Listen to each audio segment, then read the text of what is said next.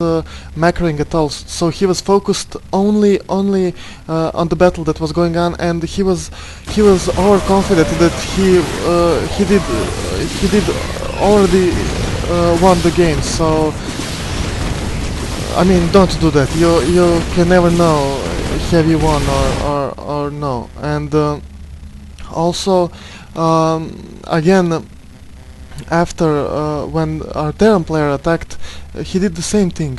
He was overconfident and he was focused only on the battle that was going on, and he didn't macro at all, and he almost lost a very expensive unit to two zerglings.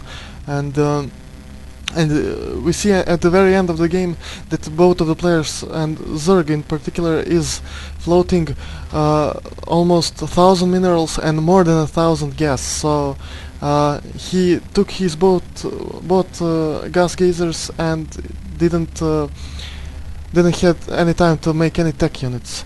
So I must criticize this. This wasn't really an example of a great game, but please note that our Terran here is a platinum player and Zerg is a low diamond player, so you can't expect them to be at the top level, both of the strategies and mechanics. And regarding the strategy, well, Thor Rush can be very powerful against Zerg, and Banshee Thor combination is a bit unexpected, but it is a bit too gas heavy in my opinion, so I think that some of these units do come later than they could if you only decide building one of them. So if you go for a Thor Rush, a Thor can pop out much earlier then in this combination, and vice versa. If you go for a Banshees, you can have these two Banshees much earlier if you haven't been going for Thor. And of course you could expand or something like that. You can see that our board players didn't expand, and also that Bailing Bust almost was successful. So as a Terran, when you scout a Zerg is going one base, there is a huge possibility that he is going either Roach Rush or a Bailing Bust. So building your high hit point structures on the ramp is almost a must. And putting a single bunker can totally deny this one base Zerg rushes, and it can easily give you a huge edge over the Zerg opponent. So this factory could be built here on, or just building another barracks here that doesn't have to produce any units, because losing more than 10, I think around 10 SCVs and some Marines really doesn't pay. And I think that after that failed Bailing Bust, that our Zerg could have won this game just if he microed while attacking. If he, for example, if he expanded when he attacked, I think that he could have huge advantage that our Terran couldn't be any way able to make up for it. And also he could micro that Bailing Bust a little bit better. Perhaps we can back out. Just a second. It was about 6-minute mark, as I recall. Let's move. No. So I will try to analyze this game a little bit. So just to see mechanics of the very Bailing Bust here. So as you can see, if there was a bunker here, only a bunker here,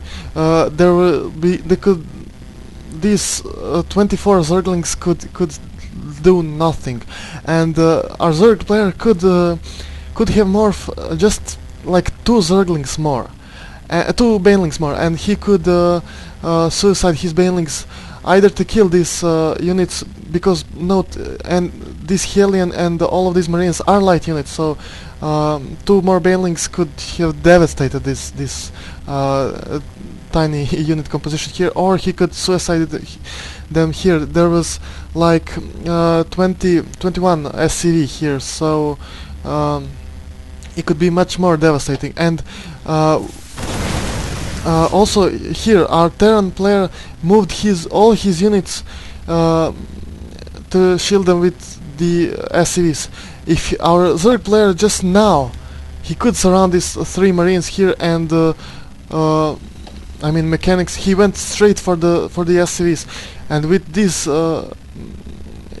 even here he had a nice surround. He could have killed all of these defending units, this like 7 Marines and the Hellion, and so it would be later on easy to destroy all of these SCVs, because all Terran had in production was this Thor, and he was supply blocked, so he could not churn out any more units. So just now he decided to surround and kill these units, but it was a bit late, because these 3 Marines here were able to get behind these SCVs who tanked all damage.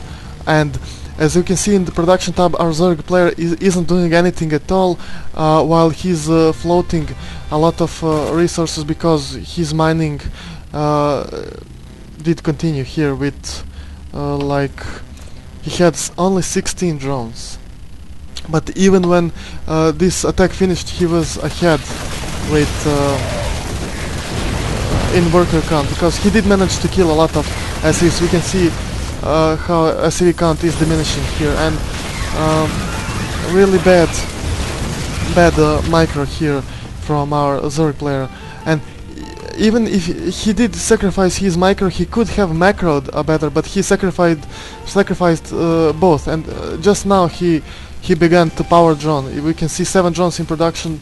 Okay, I backed up a bit. We can see. Okay, I just backed up a lot, but it doesn't matter. He power droned way too late, and just a lot of unspent resources, and he was way ahead, and he didn't use that advantage properly. So he just gave enough time our Terran to rebuild and to come way superior, because he had no plan B, what if my attack failed. So he tried to power drone and attack at the same time, and he was just lacking some game plan. And okay, I hope our good player Arvegil here doesn't kill me because of my harsh criticism, but this is a way to be a better player. Just accept the things you did wrong, and also well, maybe I could find some more of the replays of this type of play, so I can criticize a bit more of the build order. But as you saw on the beginning, he couldn't produce his Thor right when his armory was finished, because he did went for a starport, tech lab, and a Banshee, so he was low on gas at the moment. I mean, this is not the moment, he already has this Thor done, but I'm just saying. So practicing a bit against a very easy computer player can be really good to synchronize your timings and build orders, so you can have these 2 Thors you're opting for much earlier than you did have them in this game. So that's about it. And of course any of the mixed fruit member can send me a message in game, and if you have any strategies or replays that you would like to be analyzed and criticized, of course just message me, send me a replay, and I will gladly do it. And that's about it. Hope you enjoy it, and Maiko out.